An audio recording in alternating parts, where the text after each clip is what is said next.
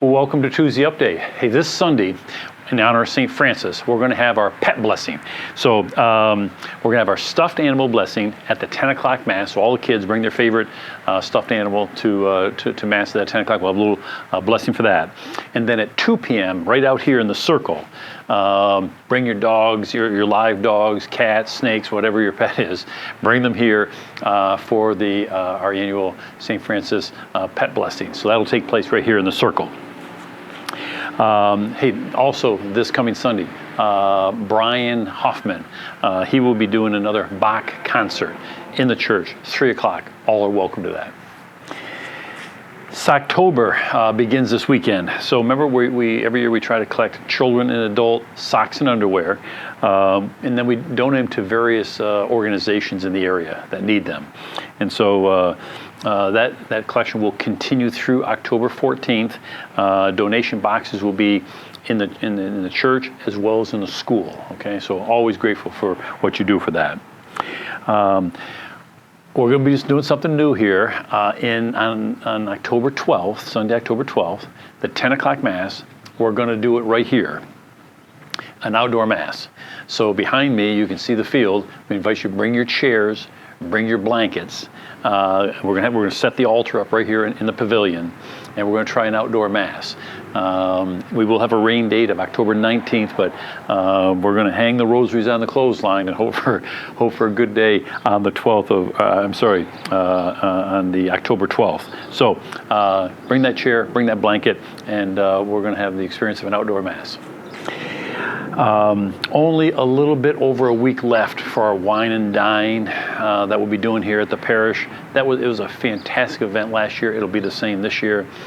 It's all for a good cause. We're supporting those kids, the special needs kids in the Dominican Republic. And when I say special needs, they are severely disabled kids that need a lot of care. And so we're going to gather here for that.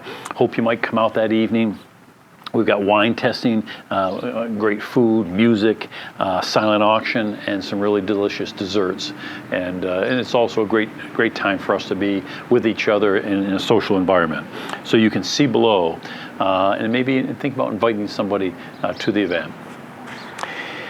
Diocesan appeal. I just had a couple of people ask me in the mail, if you gave to the diocesan appeal last year, in the mail you received a note asking you to do it again this year. I received mine. Make out that, if you would appreciate you making out and supporting this, send it back into the diocese. I just did mine last week. I wrote out my check, I put it in the envelope, I sent it back to the diocese. Now, some of you will not have received something in the mail. So what I'll be doing is, in October, I'll choose the weekend, talk about the diocesan appeal, and I'll have little envelopes in the pews. And so that's a second way we can do it. But if you did get something in the mail, I'd appreciate you supporting the diocesan appeal. Maybe just make a note on there that it's from St. Pius Church, that you're a member of St. Pius Church. Then we get the credit for it, okay? Okay, last week I had mentioned to you in our school we need substitute teachers and also some pre-K teaching assistants, and if that might be of interest to you, you can just call the school, you can go to the website, you can call Mr. Rosinski, our principal, for some details on that. Religious education parents, while your kids, Sunday morning, remember that's 9 to 9:50, while your kids are in religious education, think about coming down to the parish hall. Jim O'Keefe and Jonathan Fanning are there. They're getting together with parents just to talk about various parenting topics in a supportive environment. So while your kids are in religious education, just come on down to the parish hall. And then afterwards, just bring your kids, go into the 10 o'clock Mass. It works perfectly. So think about doing that. They'll be down there on any Sunday that there's religious education. More information on the website. Registration for CYO basketball. That's open on the website. So that's all kids, grades 3 to 8. It's going to start up in November. So go to the website for all the details on that. We've got a great new program that's going to be starting this fall. It's for people, Catholics returning to the church, or for Catholics who just never really got the foundations of our faith. And so it's going to be called Rediscovering Our Faith. It's in October and November after the 10 o'clock Mass.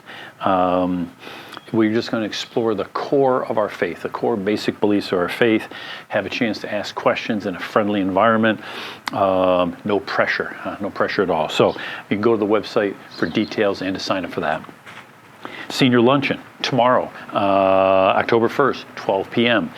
For anybody who's not been to that, what we do, it's kind of a simple lunch, and a dessert is offered for free. And as the old saying goes, if you're wondering if you're a senior, you're a senior. So come on out. Unleashing Women's Love. That's a conference that's taking place at St. Edward's in Clifton Park, Saturday, October 18th. So you can go to the website, get more details on that. Sacred Heart Church in Albany. They lead a rosary every Monday, 5:30 in the church. All are welcome to join for that. Little thought for the week. From what we get, we make a living. What we give makes a life. From what we get, we make a living. What we give makes a life. So I'm going to turn it over to Father Daniel for a little preview of this weekend's readings.